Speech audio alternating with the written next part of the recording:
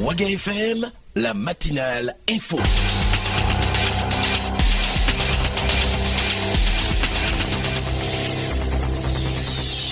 Bonjour à toutes et à tous, mesdames, messieurs, bienvenue à la matinale info sur Waga FM, la radio de toutes les générations. Voici pour vous les titres du 7h de ce mardi 13 septembre 2016. Hier, lundi 12 septembre, était jour de fête. Au Burkina et ailleurs, la communauté musulmane a commémoré la fête de la Tabaski ou fête du mouton. Dans ce journal, vous aurez les échos de la plus grande fête musulmane à Ouagadougou.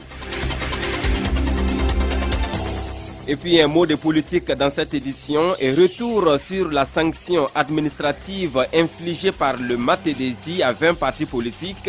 Vous entendrez dans cette édition la réaction de M. Nana Thibault. Son parti, le RDP, est sur la liste des 20 partis menacés de sanctions.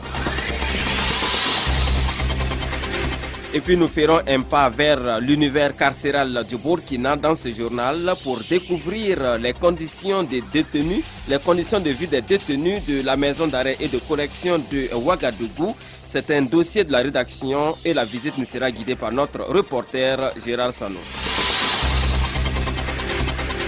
Voilà pour ce qui est du menu de cette édition, mesdames, messieurs, bienvenue à l'écoute.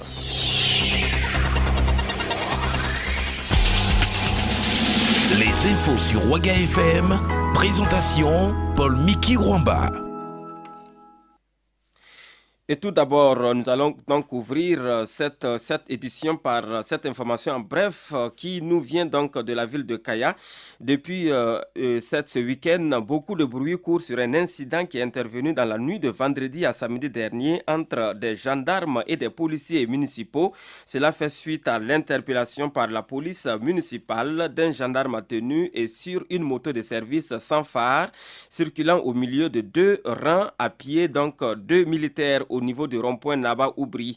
Le gendarme ayant refusé d'obtempérer, une dispute s'est engagée entre lui et les policiers municipaux qui ont fini par garder la moto. Et par la suite, selon un témoin qui s'est confié à notre confrère l'observateur Palga, un groupe de gendarmes armés de Kalachnikov a débarqué sur les lieux pour récupérer de force la moto saisie et cela a donné lieu à une intervention des autres usagers dont les engins avaient été également saisis sur place par la police municipale de Kaya.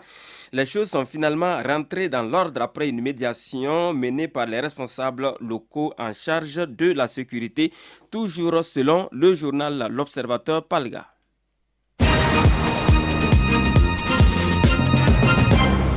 Et je vous le disais en titre, la communauté musulmane du Burkina a célébré hier lundi la fête de la Tabaski ou fête du mouton. À cette occasion et comme à l'accoutumée, la grande prière s'est tenue à la place de la nation à Ouagadougou en présence de représentants de la communauté catholique du Burkina ainsi que du Moro Naba, empereur des Mossé. Mais cette année, nous avons choisi de vous faire vivre la prière de Tabaski dans un quartier populaire de Ouagadougou.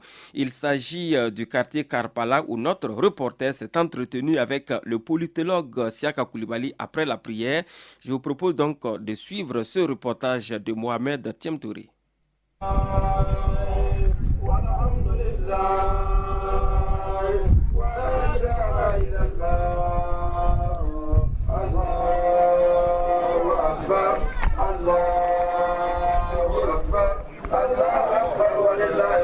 Évocation, mention, rappel et répétition rythmique désignant à la fois le souvenir de Dieu et la pratique qui avive ce souvenir, c'est les louanges utilisées par les fidèles musulmans de Karpala avant l'arrivée de l'imam, le guide spirituel. Sur place, le juriste politologue Siaka Koulibaly a assisté à cette prière en tant que fidèle. Pour lui, ce jour est très important pour les musulmans. Non, la fête que nous célébrons aujourd'hui, c'est une fête rituelle de l'islam que les fidèles musulmans observent généralement, sauf empêchement prévu comme les maladies ou les voyages. Un musulman se doit d'observer cette fête-là. Enfin, la prière que nous venons de faire n'est pas une prière obligatoire, mais elle est coutumière et elle est très forte dans les pratiques de l'islam. Donc en tant que musulman, je respecte cette activité rituelle. Hormis la prière, il y a d'autres activités que les musulmans doivent réaliser, explique Siaka Koulibaly.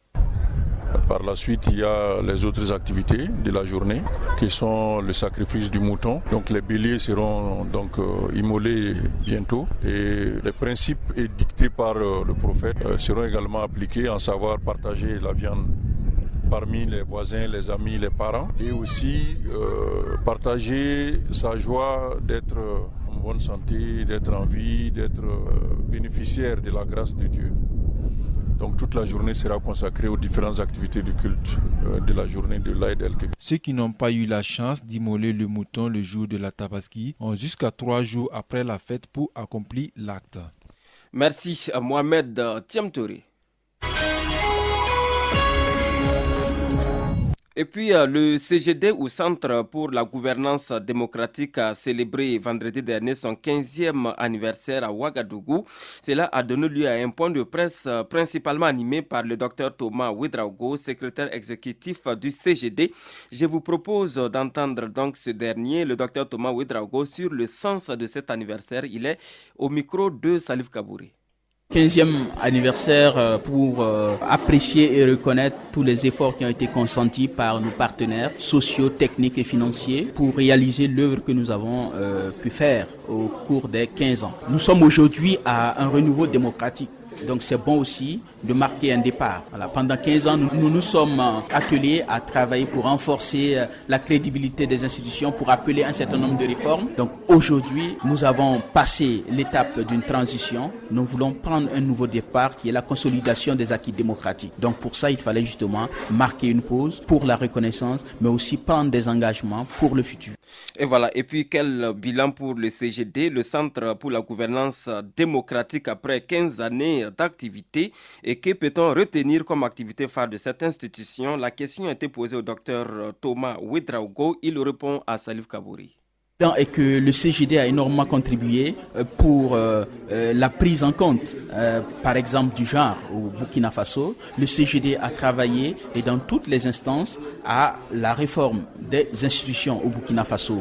À travers ses réflexions, à travers ses productions, à travers ses conférences, le CGD a banalisé des choses qui ne l'étaient pas par le passé.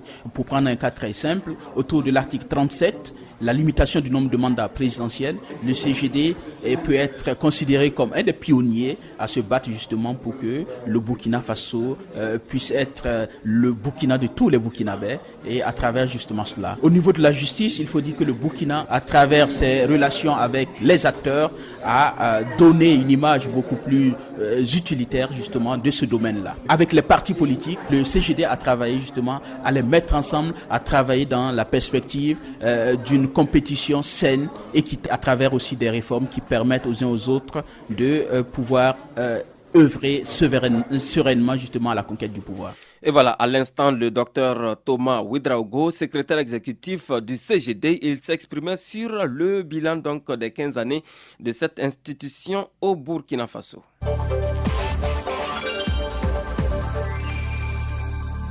Je vous le disais en titre de cette édition, mesdames, messieurs, on se rappelle, la semaine dernière, le ministère de l'administration territoriale, de la décentralisation et de la sécurité intérieure avait publié une liste de 20 partis politiques ayant écopé d'une sanction administrative pour non-respect de leur propre texte. Au nombre de ces partis, il y a le RDP, le Rassemblement démocratique populaire de Nana Thibault. Ce dernier était sur le plateau de l'émission Arrêt sur Actu dimanche dernier sur la radio de toutes les générations. Je vous propose de le réécouter. Il salue d'ailleurs cette décision du Matedesi. Il est au micro de Salif Kabouri. On est dans la démocratie. Tout le monde a refusé le coup d'État. Vous savez que tout parti politique, c'est avant tout un regroupement de personnes. Et hormis ce regroupement de personnes, il faut que nous ayons les moyens nécessaires pour faire fonctionner le parti. Et je sais que j'ai créé le parti, le RDP, en 1999, ce qui voudrait dire que nous avons 17 ans de vie. Mais vous savez que dans les contextes, à nos jours plutôt, C'est très difficile pour des petits partis comme nous autres là d'être à jour de nos statuts et de règlements intérieurs. Quand on créait le parti en 1999, on ne dépassait pas plus de 10 partis politiques au Burkina Faso. Et là, les choses étaient un peu plus faciles. On gagnait peut-être des financements hors campagne et des subventions et bien autre chose pour faire survivre le parti. Mais à un moment donné, les gros partis sont venus, tous ceux qui se disent grands partis sont venus, ils nous ont mis tous hors jeu tout en demandant à un certain pourcentage que je dirais que le plus fort est ou je ne sais quoi, qui nous a tous pénalisés. Et à partir de ça et de cela, comme nous n'avions pas les moyens pour avoir le pourcentage dont ils souhaiteraient, donc il n'y avait plus de financement. Moi, je dis que la loi qu'on vient de voter pour éliminer les petits partis, moi, c'est de bonne guerre. Moi, peut-être d'autres personnes diront non, c'est pas normal, mais moi, sachant qui je suis, les manques de moyens, je pense que c'est de l'eau à boire. Et je remercie l'État pour ça, parce que moi-même, je cherchais une porte de sortie. En tout cas, moi, je suis parfaitement partant pour que nous suspendions le RDP. Nous allons repartir sur de bonnes bases. Même si le RDP n'existe pas, mais Nana Thibault va toujours exister. Et qu'est-ce qui prouve que je ne vais pas quand même aller avec un autre parti dont nous avons la même vision des choses, les mêmes idéologies. Et voilà, Nana Thibault, président du RDP, qui a donc profité de cette porte de sortie ouverte par le ministère de l'Administration territoriale, de la décentralisation et de la sécurité intérieure. Et puis, également invité à cette même émission de dimanche matin sur Ouaga FM, Mamadou Kabré, président du PRIT Lanaya, dont le parti n'est pas concerné par les 20 partis menacés de sanctions. Il pointe du doigt néanmoins le manque de militantisme véritable pour expliquer les difficultés de fonctionnement au sein des partis politiques au Burkina. Nous écoutons El Hadj Mamadou Kabré, toujours au micro de Salif Kabouri. On est dans la démocratie. Tout le monde a refusé le coup d'État du général Guébé Guinguéré. Mais combien sont les Burkinabés qui sont dans des partis politiques? Vous n'avez pas besoin d'une loi pour aller dans un parti politique. Il y a jusqu'à 165, 164 et on trouve des gens qui ne sont pas dans un parti politique. Et ceux qui y sont, ils viennent parce qu'ils disent que le président, c'est parce qu'il a l'argent qui crée un parti politique. Donc on vient pour manger. Il dit de payer une cotisation, la prochaine réunion, il n'est pas là. Ça aussi, c'est une réalité. C'est une carence démocratique au niveau des gens. Qu'il y ait des gens qui sont capables de vouloir gérer le pays, qui se proposent pour gérer le pays, et qu'il y ait des citoyens qui les accompagnent pas, comparativement à des pays comme le Liban à un moment donné où on cherchait un premier ministre, un président pour pas avoir. Mais ici, vous avez des gens qui veulent pourvoir aux fonctions, aux hautes fonctions de l'État. Et les gens ne les soutiennent pas. Et vous voulez qu'ils fassent quoi? Donc, en réalité, le problème de fond, ce n'est pas un déficit de management au niveau des partis politiques. Et effectivement, les gens n'ont pas le même niveau de formation, les mêmes expériences. Moi, je fais la politique depuis l'âge de 14 ans, j'en ai 52. C'est pas la même chose que quelqu'un qui est venu en 2006 ou en 2008. Mais il faut reconnaître aussi que l'État ne contribue pas à cela. La subvention que M. Kadri Désiré Ouedraogo, alors Premier ministre, a fait donner aux partis politiques, quelle est l'évolution actuelle? Sur quelle base on va dire qu'un parti politique qui a 3% doit avoir la subvention de l'État? C'est l'argent public de tout le monde. Tout le monde a cotisé. Ça fait 500 millions. Vous donnez 200 millions ou 300 millions à un parti, que ce soit le CDP ou le MPP. S'ils n'ont pas de honte à aller prendre 300 millions, moi, Prit Lana, je ne dois pas avoir de honte à aller prendre 500 000 si c'est ma cote. Moi, je ne comprends pas. Voilà, c'était donc Mamadou Kabré, le président du PRIT Lanaya, qui pointe du doigt le manque de militantisme au sein des partis politiques, ce qui, d'après lui, explique certaines difficultés au sein des partis politiques au Burkina Faso. La suite de cette édition de 7h sur Ouaga FM à 7h13 temps universel, l'association des fonctionnaires féminins de la police nationale du Burkina, en collaboration avec l'association pour l'éducation routière des enfants, a organisé samedi dernier ici à Ouagadougou un camp de formation sur la sécurité routière au profit des enfants des agents de la police nationale. C'était au Centre national pour l'éducation ouvrière des enfants à Ouagadougou. Le compte rendu est de Aimé Savadougou avec la voix de Arsène Kontitamde. Semble pour plus de sécurité sur nos routes. C'est sur ce thème que s'est déroulé le camp des enfants des agents de la police nationale. Et selon le président de l'association pour l'éducation routière des enfants, l'officier-major Zombré Lada Daniel, ce camp permet aux enfants de s'imprégner des notions du code de la route et de lutter contre l'incivisme. Pour être un bon usager de la route, il faut l'apprendre à bas âge. Qu'est-ce que c'est que le panneau, qu'est-ce que c'est que le feu. Et si on commence comme ça, on dessine le panneau, on dessine la bicyclette, on dessine... Et on peut grandir avec un bon esprit routier, un bon civisme routier. Vous constatez qu'aujourd'hui, dans notre pays, ce qui est criard, c'est l'incivisme routier. et le problème est posé. Les jeunes ne veulent pas respecter les feux, ne veulent même pas respecter les agents. Ce camp de formation a été initié pour amener les enfants à être de bons usagers dans le futur et servir d'exemple. Commissaire Jocelyne Dabiré, vice-présidente de l'association des fonctionnaires féminins de la police nationale du Burkina Faso. Aujourd'hui, on a voulu passer un message aux enfants sur l'incivisme routier de façon générale. Leur faire comprendre qu'en réalité, ce n'est pas une notion qui leur est étrangère. Il s'agit d'actes qui posent parfois eux-mêmes, souvent posés par leurs parents, malheureusement. Et que si finalement, il leur revenait donc l'obligation de donner l'exemple à leurs aînés, qui ne se gênent pas, qu'ils aient en tout cas assez de moyens pour pouvoir justifier pourquoi il ne faut pas faire ça, pourquoi il ne faut pas violer telle ou telle règle du code de la route. Le commissaire tient à rappeler à la population que chacun a son rôle à jouer dans la lutte contre l'insécurité, car, dit-elle, en obligeant l'administration à déployer plus d'éléments pour réguler la circulation, cela crée des failles au profit du grand banditisme. C'est un reportage d'Aimé Savadogo avec la voix de Arsène Kontitamde. L'actualité nationale et internationale. Ouaga FM, la radio leader. La suite de ce journal de 7h sur Ouaga FM. Vendredi dernier, la nation entière a rendu hommage à l'ambassadeur Hamidou Touré, décédé à Addis Abeba en Éthiopie, alors qu'il était en poste dans ce pays. Je vous invite à revivre cette cérémonie d'hommage au regretté diplomate.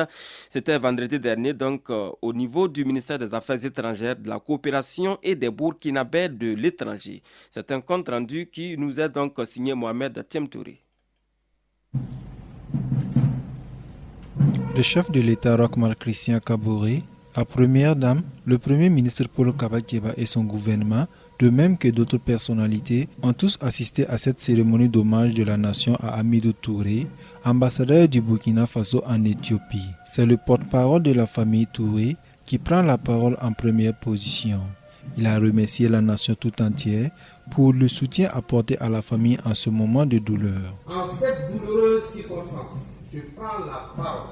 Excellence, Monsieur le Président du Faso, au nom du doyen de la famille Touré, de la veuve Aya Touré Bakissa et ses enfants à Ouagadougou, ainsi qu'au nom de toutes les familles alliées, amies, pour vous témoigner toute notre gratitude et nos sincères remerciements.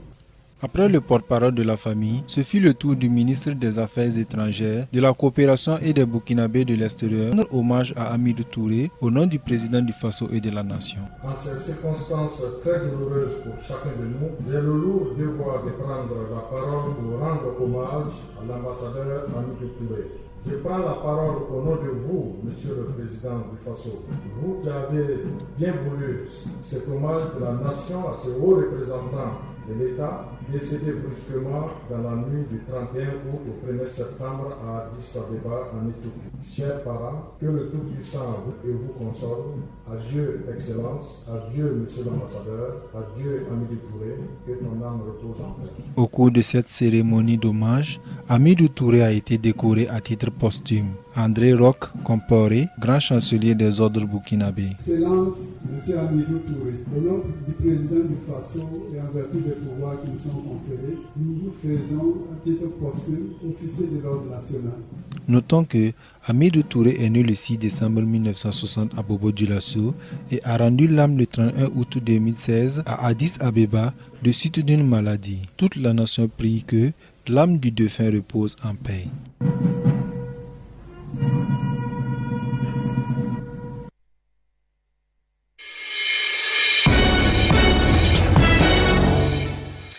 Et voilà, paix donc à l'âme du regretté ambassadeur du Burkina Faso à Addis Abeba. Et puis, je vous l'avais promis en titre de cette édition du journal, allons à présent à la découverte de l'organisation interne de la MACO, la maison d'arrêt et de correction de Ouagadougou, la plus grande prison civile du Burkina.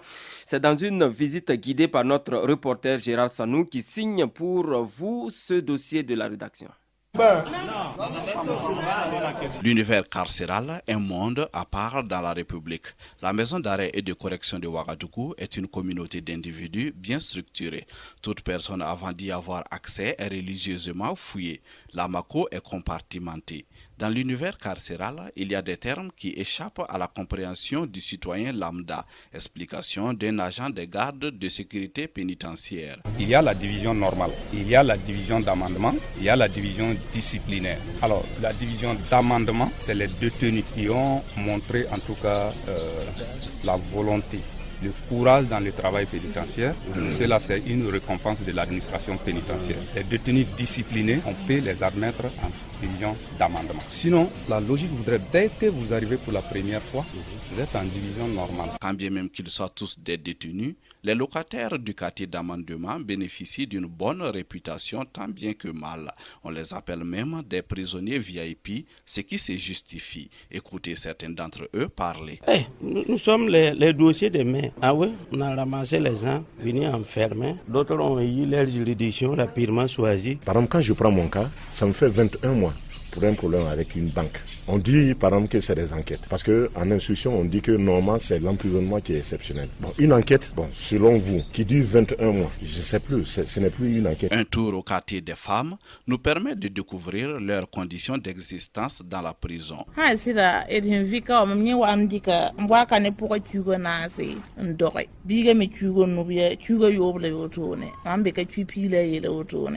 Lam bon solo na yin to gondoy lam kapam yi en le bon solo na yin tizabiga m'kapam yi donc na rap tanten lab na bol mam jugement. Elles viennent de dehors avec leur grossesse et nous les suivons jusqu'à l'accouchement. Il y a plusieurs fois, maintes fois, il y a d'autres qui ont accouché ici et nous les accompagnons. La Mako a effectivement sa maternité. La femme qui y entre avec une grossesse y accouche et l'enfant partage au maximum 2 années de la peine de sa mère avant d'être remis aux autres parents. Nous arrivons maintenant au quartier annexe à la rencontre des détenus dans leur cellule. Là, il y a un chef de cellule. On est 18 dans la cellule. On est 18. Vraiment, si je dis à l'espace, c'est qu'ils sont en train de vous mentir. Il n'y a pas d'espace. Vous-même, vous arrivez à voir comment c'est serré. On est serré ici et puis il fait chaud encore. Et un chef de couloir. On m'appelle chef de couloir parce que le temps de fermeture, je regarde ce qui pour mettre en ordre dedans. Le temps de fermeture, si les gens soufflent, je peux faire entrer les gens pour fermer, pour essayer moi seul dehors. Si les chefs sont là, je donne les effectifs, je fais des effectifs de tout le monde. Je donne et puis je rentre et me faire. J'ai failli oublier. Le grand quartier, nous apprendons, a accueilli ses premiers prisonniers en 1963. Après avoir pris la température des cellules, nous rencontrons les chefs de cour, détenus également. Mais je veux profiter quand même de votre micro pour tirer l'attention quand même aux gens que la vie en prison n'est pas facile. Et de faire comprendre aussi à tous ceux qui sont dehors, qui sont tous des prisonniers en souci. À la prison, on rencontre une population hétérogène. Même les mineurs y ont leur place. À la Mako, on n'est pas forcément chômeur. La prison a ses ateliers de menuiserie, de savonnerie et de blanchisserie. Comme on le dit, Dieu est omniprésent, omniscient, omnipotent. À la Mako, il y a une église, un temple et une mosquée. Cependant, son administration n'est pas riche comme celle qu'on rencontre dans la République, nous explique un garde de sécurité pénitentiaire. On n'a que 5 véhicules pour la grande maison d'arrêt, y compris les 2 véhicules d'escorte pour aller au palais. C'est vraiment les 2 véhicules que vous utilisez pour le palais. Oui, c'est ça qui fait partie des 5. Après avoir fait le tour des postes de contrôle, des parloirs, des quartiers et cellules, des ateliers, aumôneries et infirmeries, des aires de détente, nous avons certes gardé une image de prisonniers déprimés et soif de liberté.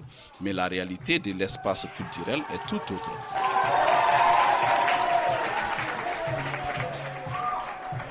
Là, on chante, on danse, on est bon acteur. Au terme de notre découverte de l'univers carcéral, il nous vient à l'esprit quelques écrits d'Albert Camus. En effet, dans l'étranger, le personnage principal, Mersol, est jugé et condamné plus pour son indifférence aux règles établies par la société que pour son forfait. De là, vous pouvez comprendre que la fin de la détention peut être plus pénible pour un individu que la prison elle-même, car le regard vengeur de la société le condamne à perpétuité. L'ex-détenu, ainsi, s'il n'a point un mental fort, il devient plus incorrect que lorsqu'il entrait dans la maison d'arrêt et de correction. Merci Gérard Sanou. Mesdames, Messieurs, vous savez donc un peu plus désormais sur la vie de la maison d'arrêt et de correction de Ouagadougou, la vie des détenus également, la vie des agents de la garde de sécurité pénitentiaire. C'est un milieu que personne ne souhaite intégrer. On va donc avoir une pensée pieuse à l'endroit de tous les détenus de la maison d'arrêt et de correction de Ouagadougou et des autres prisons de Burkina. On va espérer donc qu'ils puissent intégrer la société dans les meilleures conditions d'existence. GFM, la matinale info. Voilà, mesdames, messieurs, c'est tout pour cette édition du journal de 7h sur la radio de toutes les générations. Merci à vous qui nous avez suivis de bout en bout. Dans quelques secondes, on vous propose la une des quotidiens du jour. À 7h45, c'est la rubrique Commentons l'actualité, mais entre-temps, il y aura la réclame à 7h30. Je vous souhaite de passer de très bons moments en compagnie des programmes de la radio Ouaga FM.